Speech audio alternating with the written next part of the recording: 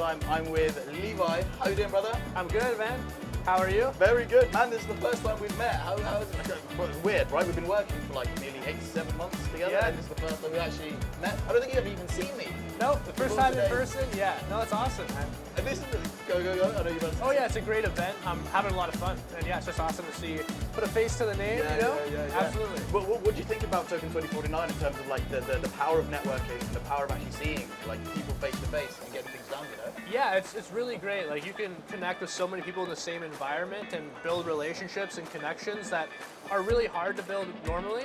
And so I think there's a huge benefit to coming to these events, and being here has really opened up my eyes to that.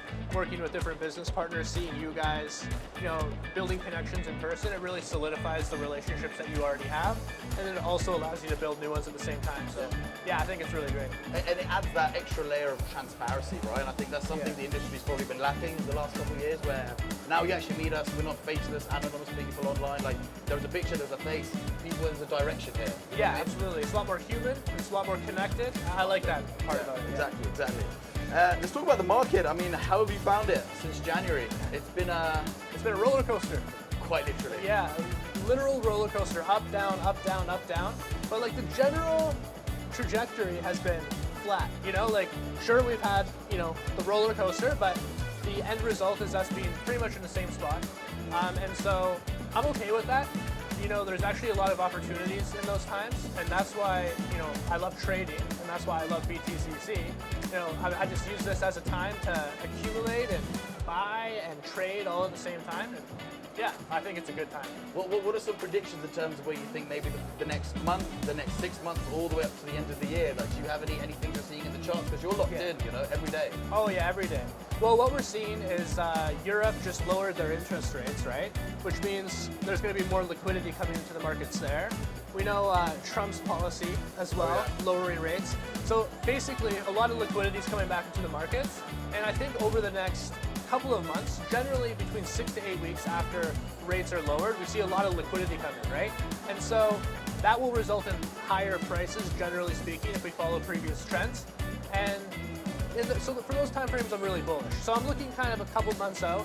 I do think it's still going to be kind of a roller coaster ride. We're definitely going to have our ups and downs, but the general trajectory, once we get 2 months out, it's going to start going back up again. And I do think that we have yet to peak in this cycle, so there's still a lot to be excited about. I have to ask, because you're huge with the XRP army and community. What do you think about that? Because that has been one of the most incredible stories, I think, of this bull market and the community and where it's going. Like what are some of those quick fire takes you have now on that?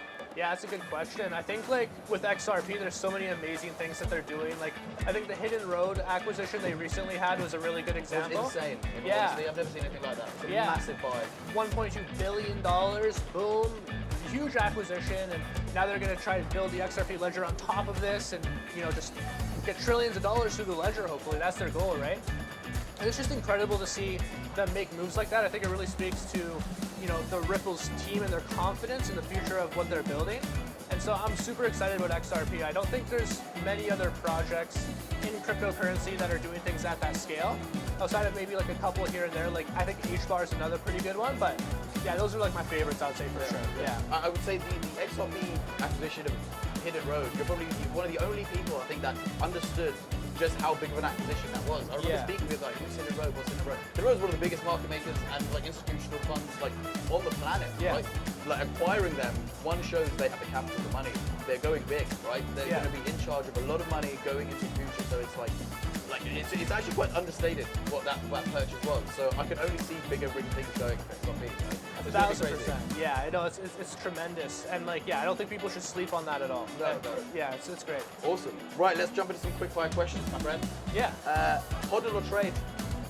Hodl or trade? Hodl. So I think the answer is actually both.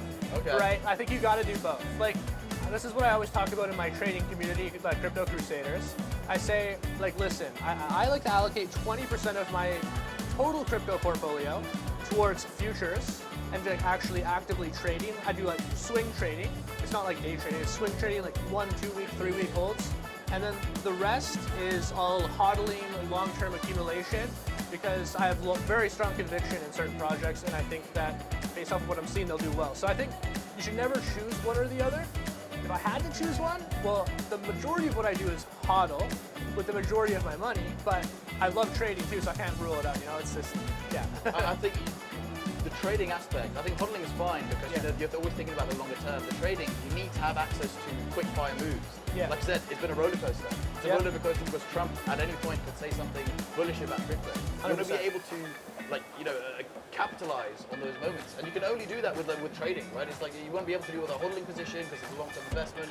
So those trading aspects are just super sick. 1000%, couldn't agree more. That's like why I'm in my group chats, in my communities every single day, updating everyone. I'm like, guys, there's a lot of opportunities. It's pretty incredible, and yeah, I like to capitalize, especially right now, because you know during bear markets it's a lot slower and there's a lot less opportunity. There still is opportunity, but it's a lot less. And right now we still have a lot of momentum, and so we got to use that for sure. Definitely. Yeah. Okay, next one.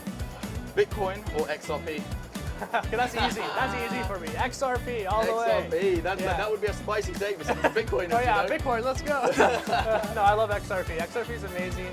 Bitcoin, like, don't get me wrong. I think that it is a great, like, universally agreed upon store of value. So like, it definitely serves its purpose. But when you look at it from a functionality perspective, there's just no comparison between the two. Bitcoin's a very old technology. It uses an old, like, proof of work mechanism that, you know, I think is a little bit more dated. It's not necessary. I know some people do really like it and they find it more secure, but you got to also look at it from a perspective of, like, who are the people that control mining? It's the largest corporations in the world that are able to actually tap into the industry and monopolize it. And so I do think there's a lot of flaws in that argument too. And so I have to go with XRP just because they're solving real world problems. They have the functionality that people need to make their lives easier. And I think any good product, you know, needs to have that to succeed. And so, yeah, I think Bitcoin's a good store of value, but XRP, that's my answer for sure. Yeah, XRP, I'm gonna be happy with that one, 100%. Yeah. The Bitcoin is fuming. I feel bad for you. Sorry, Bitcoiners. Okay, a spicy one. Okay. Ethereum or Solana?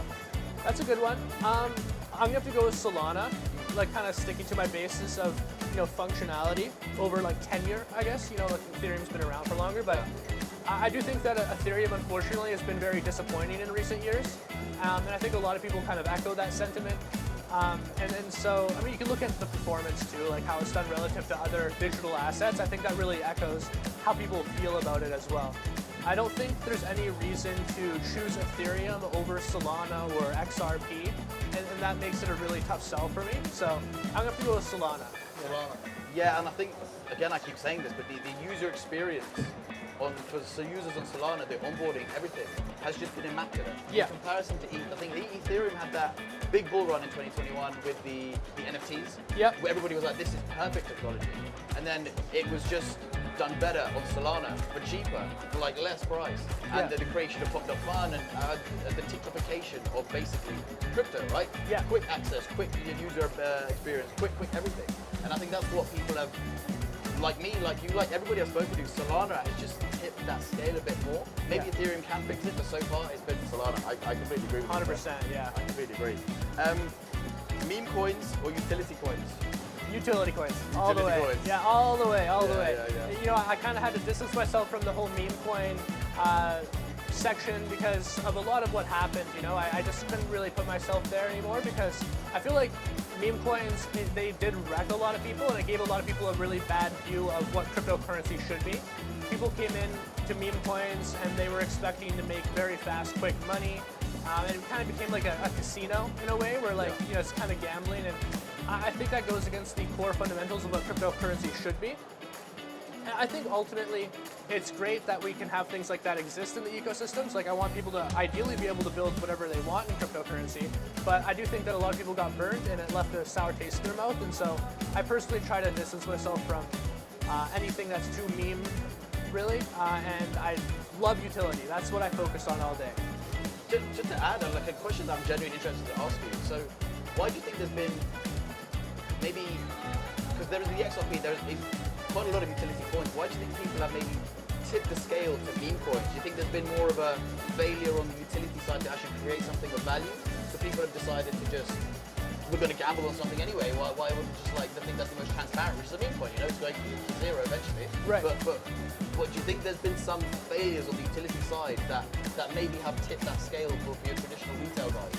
I think it's a really good question, and like it's a very complicated one, but what I would mainly attribute the reason for the huge blow up in meme coins was impatience. I think that, you know, ultimately when it comes to building products that people use, it does take time, and sometimes it takes a little bit more time than people want it to, and they want to make money fast, Everybody right? wants everything quick. Exactly, and so then we kind of create this culture where we're like, oh, like we can pump up this meme coin to this $10 billion market cap and we can become overnight millionaires, and like people get this idea in their head that they can be this next millionaire, and you know, it attracts like a certain type of person, and then it kind of perpetuates and snowballs because there's a lot of people that are into that, you know, like kind of gambling and doing that kind of stuff.